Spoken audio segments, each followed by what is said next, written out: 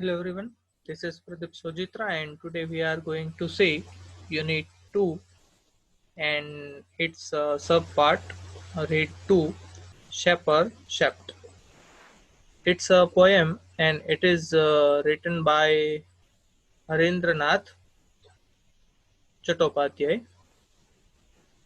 And before we start our poem, let's say its glossary so that we can understand it clearly. So now let's say first glossary. So here our first word is mold. Mold means shape. Shape એટલે ઘડવું અથવા તો આકાર આપવો. કોઈ પણ વસ્તુને એની મૂળભૂત એટલે કે જે કાચો માલ હોય એટલે કે જેમ કે માટીમાંથી માટલા ઘડવામાં આવે, જે ઓર આયન હોય એટલે કે જે પીગળેલ અથવા તો પાવડર સ્વરૂપે જે લોખંડ હોય એને આકાર આપવામાં આવે, તો એ જે આકાર આપવાની ક્રિયા છે એને કહેવામાં આવે છે શેપ. શેપ એટલે કે ઘડવું. નેક્સ્ટ કીધું છે yielding. yielding એટલે કીધું છે સોફ્ટ એન્ડ બેન્ડિંગ, મુલાયમ હોય ને, નરમ અને મુલાયમ, એમ કે જે વસ્તુ આસાનીથી આપણે વાળી શકતા હોઈએ, કોઈ પણ આકાર આપી શકતા હોય, that's called soft and bending. Then કીધું છે seized. seized મીન્સ સ્ટોપ્ડ એટલે બંધ કરી દેવું, સ્ટોપ કરી દેવું, બંધ કરી દેવું. પછી કીધું છે ઇનનમરેબલ. ઇનનમરેબલ ધેટ મીન્સ ન્યુમરસ અથવા તો કાઉન્ટલેસ, અસંખ્ય, ગણી ન શકાય તેટલા. New God that means newly acquired એટલે કે નવું કંઈક હાંસલ કરેલું હોય, નવું કંઈક મેળવેલું હોય એવી વસ્તુને કહેવામાં આવ્યું છે ન્યુ ગોડ. ધેન કીધું છે fashioner. Fashioner that means shaper એટલે કે ઘડનાર, આકાર આપનાર. પછી કીધું છે ગ્લિટર્ડ. ગ્લિટર્ડ મીન્સ સ્પાર્કલ્ડ. સ્પાર્કલ્ડ એટલે ચમક આપનાર. નેક્સ્ટ કીધું છે ગ્લિમ્ડ. ગ્લિમ્ડ એટલે શોન, ચમકવા. બધાનો મતલબ એવો એક જ થાય છે, ગ્લિટર્ડ, સ્પાર્કલ્ડ, ગ્લિમ્ડ, શોન. આ બધા V3 ના રૂપ, આ શાઇન નું V2 અથવા V3 નું રૂપ કહી શકાય તેવું શાઇન નું V2 અથવા V3 નું રૂપ શોન આપેલું છે. બધાનો મતલબ થાય ચળકાટ ધરાવવું અથવા ચમકવું. Brimming with. બ્રિમિંગ એટલે આમ ગ્લોઈંગ વિથ અથવા તો કીધું છે ઓવરફ્લોઈંગ વિથ મીન્સ ઉભરાઈ જવું, ભરાઈ જવું. બરાબર, કોઈ વસ્તુથી ભરાઈ જાય છે, ઉભરાઈ જાય છે મીન્સ કોઈ પણ વસ્તુને લિમિટ બહાર નાખી દે આપણે કે ઉભરાઈ ગયું, એમ બહાર નીકળી ગયું. તો ઉભરાઈ જવું, ભરાઈ જવું એટલે કીધું છે બ્રિમિંગ વિથ. બાયગોન એટલે ફોર્મર, પહેલાનું. અને અહીંયા હલ. હલ એટલે કીધું છે યલ સમથિંગ કે કોઈ બાબતની બૂમો પાડવી. યલ એટલે બૂમો પાડવી થાય, સમથિંગ એટલે કોઈ બાબત પર. ઇન્સોલન્સ એટલે ડિસરિસ્પેક્ટફુલ, અપમાનજનક રીતે કોઈનું અપમાન કરતા હોય તે રીતે. પછી કીધું છે નીલિંગ એટલે બોવિંગ, નમન કરવું. આપણે ભગવાનને પ્રાર્થના કરવા માટે કોઈને વડીલની સામે ઝૂકીએ છીએ અથવા ઘૂંટણીએ પડવું, કે જે ઘૂંટણીએ પડવામાં આવે ભગવાનને પ્રાર્થના કરવા માટે, એને કહેવામાં આવે નીલિંગ. એટલે અહીંયા કીધું છે બોવિંગ એટલે નમન કરવું.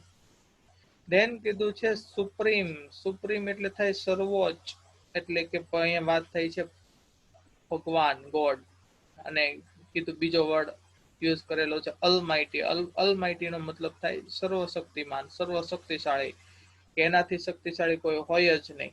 બરાબર, એવી બાબતમાં વર્ડ યુઝ કરવામાં આવ્યો છે અલમાઇટી. તો આ હતી આપણી ગ્લોસરી. હવે એના આધારે આપણે જોઈશું પોએમ. તો લેટ્સ સી.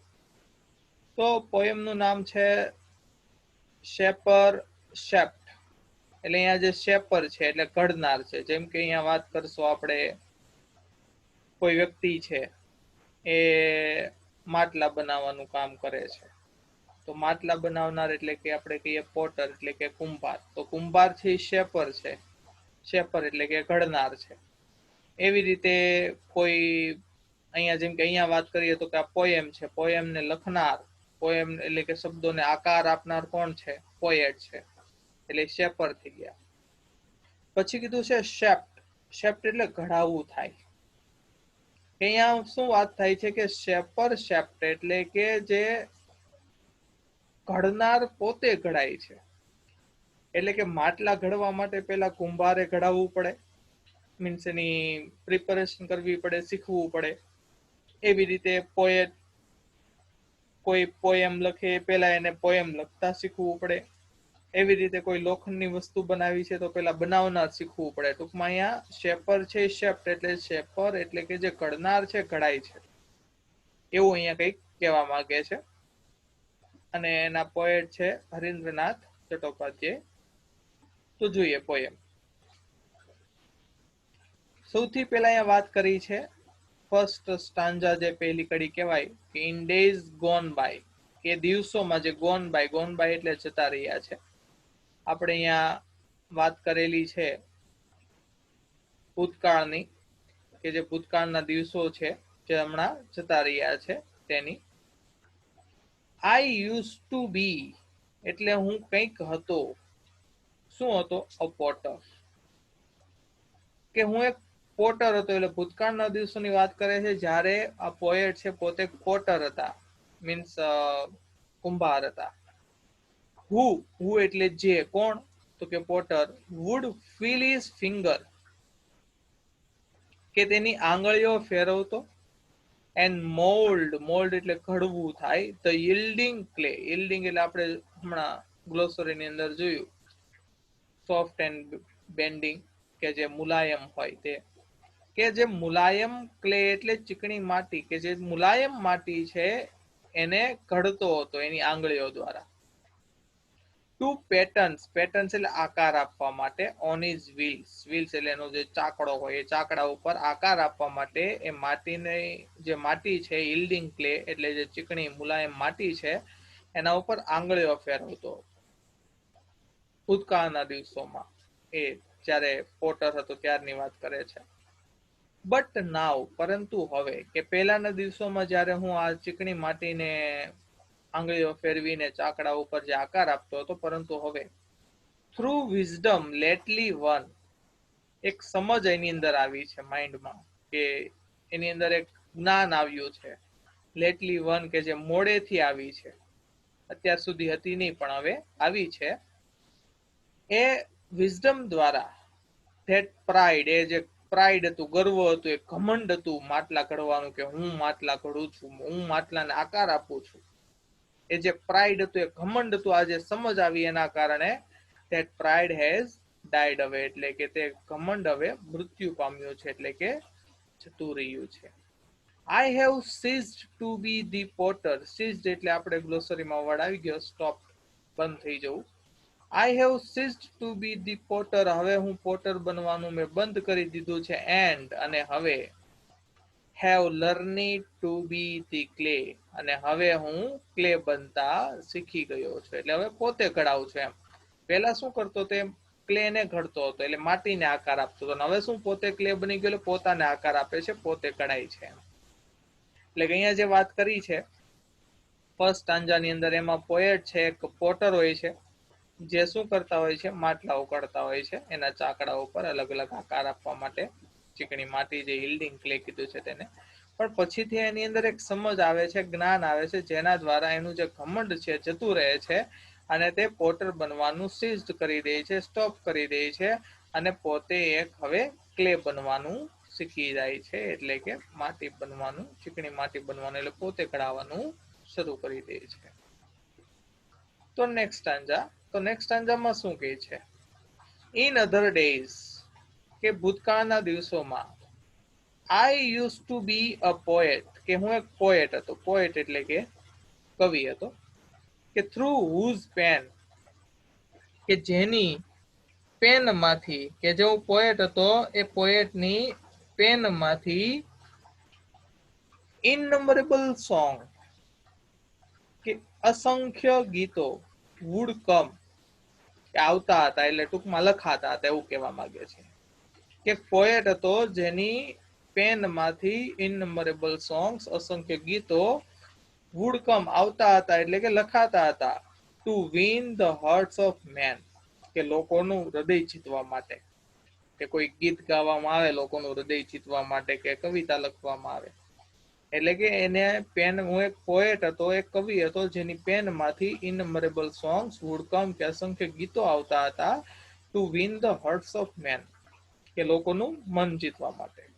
બટ નાવ, પરંતુ હવે, થ્રુ ન્યુ ગોટ નોલેજ, પરંતુ હવે જે ન્યુ ગોટ નોલેજ એટલે જે નવું નોલેજ, નવું જ્ઞાન મળ્યું છે તેને, જેમ અહીંયા વાત થઈ હતી વિઝડમની, પણ અહીંયા શું કીધું? ન્યુ ગોટ નોલેજ, કે હવે જે નવું જ્ઞાન મળ્યું છે તેના દ્વારા, which I had not had so long, જે અત્યાર સુધી એની પાસે હતું નહીં. I have ceased to be the poet, મેં પોએટ બનવાનું બંધ કરી દીધું છે. And have learned to be the song, અને હવે મેં સોંગ બનવાનું શરૂ કરી દીધું છે, અથવા તો હું શીખી ગયો છું. એટલે કે અહીંયા પેલા પોએટ હતા જેના પેનમાંથી, એટલે કે જેઓ ઇનનંબરેબલ સોંગ્સ લખતા હતા to win the hearts of men, લોકોના હૃદય જીતવા માટે. બટ નાવ, પરંતુ હવે, થ્રુ ન્યુ ગોટ નોલેજ, પરંતુ હવે જે નવું નોલેજ મળ્યું છે, નવું જ્ઞાન મળ્યું છે, which I had not had so long, આ હેડ છે એ પૂર્ણ ભૂતકાળ દર્શાવે છે, ના બીજું હેડ છે માલિકી દર્શાવે છે, જે મારી પાસે અત્યાર સુધી હતું નહીં એમ. વિચ એટલે જે, કે એ જ્ઞાનની વાત કરે છે જે જ્ઞાન અત્યાર સુધી મારી પાસે હતું નહીં. I have seize to be the poet, હવે હું પોએટ બનવાનું બંધ કરી દીધું છે. અને have learned to be the song, અને હવે હું સોંગ બનવાનું શીખી ગયો છું. એટલે કે આ સ્ટાન્જાની અંદર પોતે જે પોએટ છે, કવિ છે, પેલા કવિ હોય છે, પણ હવે એ નવું જે નોલેજ મળ્યું છે, નવું જે જ્ઞાન મળ્યું છે, એનાથી એ પોએટ બનવાનું બંધ કરી દીધું છે. And started learning to be the song, અને હવે સોંગ બનવાનું શીખી ગયા છે. નેક્સ્ટ સ્ટાન્જા જોઈએ. I was a fashioner of sword. Fashioner of sword એટલે કે તલવાર બનાવનાર. Swords એટલે તલવાર બનાવનાર. In days, તે દિવસોમાં, that now are gone, કે જે અત્યારે જતા રહ્યા છે, એટલે કે ભૂતકાળના દિવસોમાં, જેમ અહીંયા કીધું another days, અને અહીંયા જે વાત કરવામાં આવી હતી in days gone by, કે પહેલાના દિવસોમાં, કે જે દિવસો અત્યારે જતા રહ્યા છે. which on 100 battlefields, કે હું તલવારો ઘડતો હતો જેના ઉપર, which on એટલે જેના ઉપર, 100 battlefields, કે હજારો battlefields, battlefields એટલે યુદ્ધના મેદાનો, glittered, gleamed and shone, આ ત્રણેય વર્ડનો મતલબ સેમ થાય છે, ચમકવું.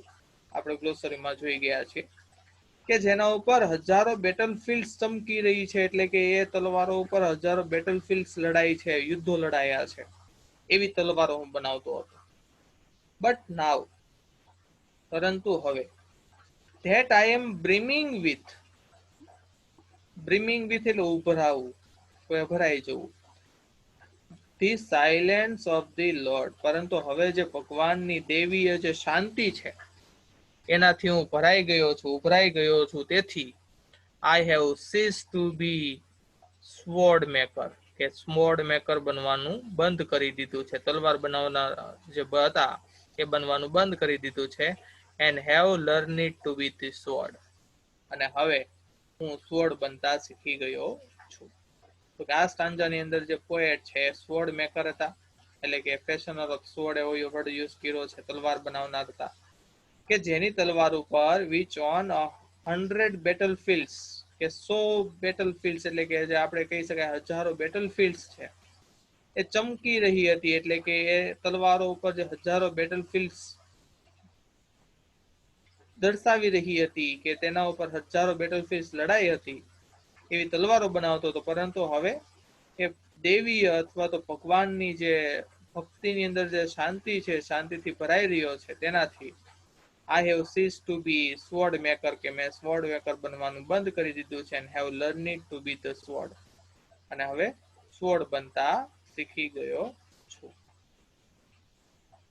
તો નેક્સ્ટ સ્ટાન્જામાં જોઈએ. in bygone time, bygone time એટલે કે જેમ અહીંયા વાત થઈ તેમ પહેલાના દિવસોમાં, I used to be a dreamer, dreamer એટલે સપનું જોનાર, સપનું સેવનાર, કે જે સપનાઓ જોતા હોય તે. who would hull, હલ એટલે આપણે ગ્લોસરીમાં જોયું યલ સમથિંગ, કોઈ બાબતની બૂમો પાડવી. ઓન એવરી સાઇડ એન્ડ ઇન્સોલન્સ, કે દરેક બાબતમાં ઇન્સોલન્સ એટલે શું વાત થઈ હતી? ડિસરિસ્પેક્ટફુલ, અપમાનજનક રીતે બૂમો પાડતો હતો, તો કે એની અંદર ઘમંડ હતું. કે ઘમંડ શેનું હતું? એમરલ્સ એન્ડ પલ્સ. એમરલ્સ એન્ડ પલ્સ એટલે થાય મોતીઓ, કિંમતી પથ્થરો થાય. એમરલ્ડ અને પલ એટલે કિંમતી પથ્થરો, જે હીરા મોતી કહેવાય તે. એટલે કે એ જે ડ્રીમર હતો, સપના સેવતો હતો કે આપણે સપના જોઈએ તો શેના જોઈએ? સંપત્તિના જોઈએ, સુખ સંપત્તિના, સમૃદ્ધિના. એવી રીતે એની અંદર જે સમૃદ્ધિ હતી, કે જે સપનાઓમાં એ સમૃદ્ધિ જોતો હોય તો એની બૂમો પાડતો હતો, અથવા તો ડિસરિસ્પેક્ટફુલ એ રીતે બોલતો હતો, કે અપમાનજનક રીતે બોલતો હતો પેલા, કે એની અંદર જે ઘમંડ હતું આ એમરલ્સ એન્ડ પલ્સનું, સંપત્તિનું. બટ નાવ, પરંતુ હવે, that I am kneeling at the feet of the supreme, કે હવે હું ઘૂંટણીએ પડ્યો છું. kneeling એટલે ઘૂંટણીએ પડવું. at the feet of the supreme. supreme એટલે આપણે વાત થઈ ગોડ, ભગવાન, કે જે ભગવાનના ચરણે પડ્યો છું. I have ceased to be the dreamer, અને અમે ડ્રીમર એટલે કે સપના સેવનાર બનવાનું બંધ કરી દીધું છે. and have learned to be the dream, અને સપનું બનતા શીખી ગયો છું. તો કઈ કીધું, ભૂતકાળના દિવસોમાં જ્યારે હું એક ડ્રીમર હતો, સપના સેવનાર હતો, કે જે who would hurl on every side an insolence of emerald and pulse, કે જે દરેક બાજુએ જે એમરલ્સ અને પલ્સ એટલે જે હીરા મોતીઓ અથવા સમૃદ્ધિની બૂમો પાડતો હતો, તો ડિસરિસ્પેક્ટ કરતો હતો, બરાબર છે ત્યારે. બટ નાવ, પરંતુ આઈ એમ kneeling at the feet of the supreme, પરંતુ હવે હું ભગવાનના ચરણે ગયો છું. and I have ceased to be the dreamer, હું ડ્રીમર બનવાનું, મેં સપના સેવનાર બનવાનું બંધ કરી દીધું છે. and have learned to be the dream, અને સપનું બનતા શીખી ગયો છું. તો આ હતી આપણી પોએમ. અને યાદ રાખવાનું છે, આપણે એક્ઝામની અંદર પોએમ 2 પૂછાય છે, અને 2 પોએમમાં 5 ક્વેશ્ચન હોય છે. તો આપણી પોએમ ટોટલ 5 પોએમ જ છે આખા ટેક્સ્ટ બુકની અંદર. તો એમાંથી કોઈ બી એની 2 poems may be asked in our exam, કે એમાંથી કોઈ બી 2 પોએમ પૂછાઈ શકે છે. અને એ પોએમમાં એક ક્વેશ્ચન આવવાની શક્યતા સૌથી વધારે હોય છે, એ હોય છે સિમિલર વર્ડ. તો સિમિલર વર્ડ માટે ખાસ ધ્યાન રાખવાનું, આપણે જે ગ્લોસરી છે, ગ્લોસરી ખાસ તૈયાર કરી રાખવી ઈચ એન્ડ એવરી પોએમની. અને ઈચ એન્ડ એવરી લાઇનનો જે સેન્ટેન્સનો જે મતલબ થતો હોય છે, આપણને આવડવો જરૂરી છે, જેથી કરીને આપણે ક્વેશ્ચનનો આન્સર ફિલઅપ કરી શકીએ અને તેના આપણે માર્ક્સ મેળવી શકીએ. ઓકે, ધેન અહીંયા આપણે આ જે પોએમ છે ફિનિશ થાય છે. અને ખાસ યાદ રાખવું, એની ગ્લોસરી યાદ રાખવી, જેથી કરીને આપણે સિમિલર વર્ડની અંદર કોઈ ક્વેશ્ચન ક્રિએટ થવો જોઈએ નહીં. Okay, thank you.